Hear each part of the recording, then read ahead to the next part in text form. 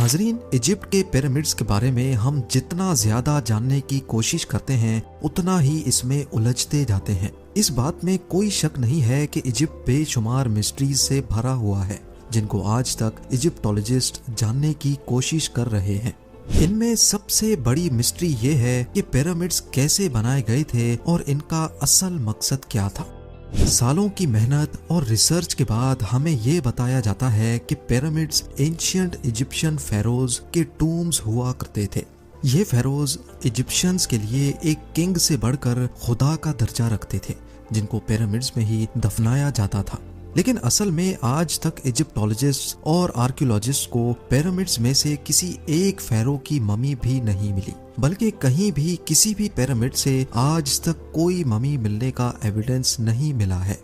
हमारे पास जिस चीज का एविडेंस है वो ये है कि the great pyramid 23 lakh limestone के ब्लॉक्स की मदद से बनाया गया था। एक एक ब्लॉक करीब एक हाथी के वजन जितना भारी है।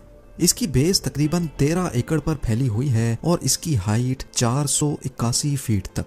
हमें यह भी देखने को मिलता है कि इन तीनों पिरामिड्स की ईस्टर्न और वेस्टर्न वॉल्स बिल्कुल सीधी नॉर्थ पोल की तरफ जाती हैं। इतने बड़े स्ट्रक्चर को हजारों साल पहले आजकल के मॉडर्न कंपास जितनी एक्यूरेसी से नॉर्थ पोल की डायरेक्शन में सीधा खड़ा किया गया था, जिसमें कोई दो राय नहीं है। ये वो सबूत है जो आज भी हमें देखने को मिलता है। सिर्फ इतना ही नहीं बल्कि पिरामिड्स की बेस का लेवल 0.75 इंच जितना एक्यूरेट है। आप में से जो इंजीनियर हजरात हैं उनको अच्छी तरह मालूम होगा कि 3 एकड़ जितने एरिया का इतना एक्यूरेट लेवल आजकल के मॉडर्न लेजर लेवलिंग सिस्टम के जरिए ही हासिल किया जा सकता है। हत्ता कि हमारे पास इस चीज का भी एविडेंस है कि पिरामिड की चारों साइड वॉल्स जिनको 5 टन वजनी स्टोन ब्लॉक्स रखकर एक खास एंगल में खड़ा किया गया था, इन चारों की लंबाई एग्जैक्टली 230 मीटर्स है। अगर इन चारों में कोई डिफरेंस है तो वो 2 इंच से ज्यादा नहीं है, यानी ये वॉल्स एक दूसरे के मुकाबले में 99.98% एक्यूरेट हैं। बात अभी तक यहाँ खत्म नहीं हुई। जिन लोगों ने भी द ग्रेट पिरामिड बनाया था उनको हजारों साल पहले भी अर्थ की साइज का अच्छी तरह इल्म था।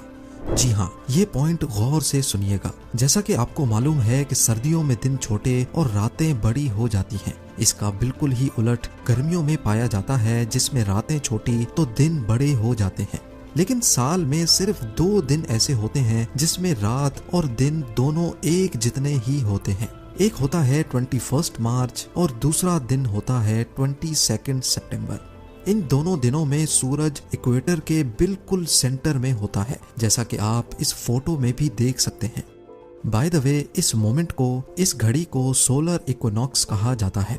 इसका मतलब ये हुआ कि इन 2 डेट्स में 12 घंटे का दिन और 12 घंटे की रात होती है। 12 घंटों को अगर सेकंड्स में कन्वर्ट किया जाए तो ये 43,200 सेकंड्स बनते हैं। अगर 43,200 को द ग्रेट पिरामिड की हाइट से मल्टीप्लाई किया जाए तो उसका जवाब आता है 6,333 किलोमीटर्स। ये उतनी ही लंबाई है जितनी अर्थ के पोलर रेडियस की है।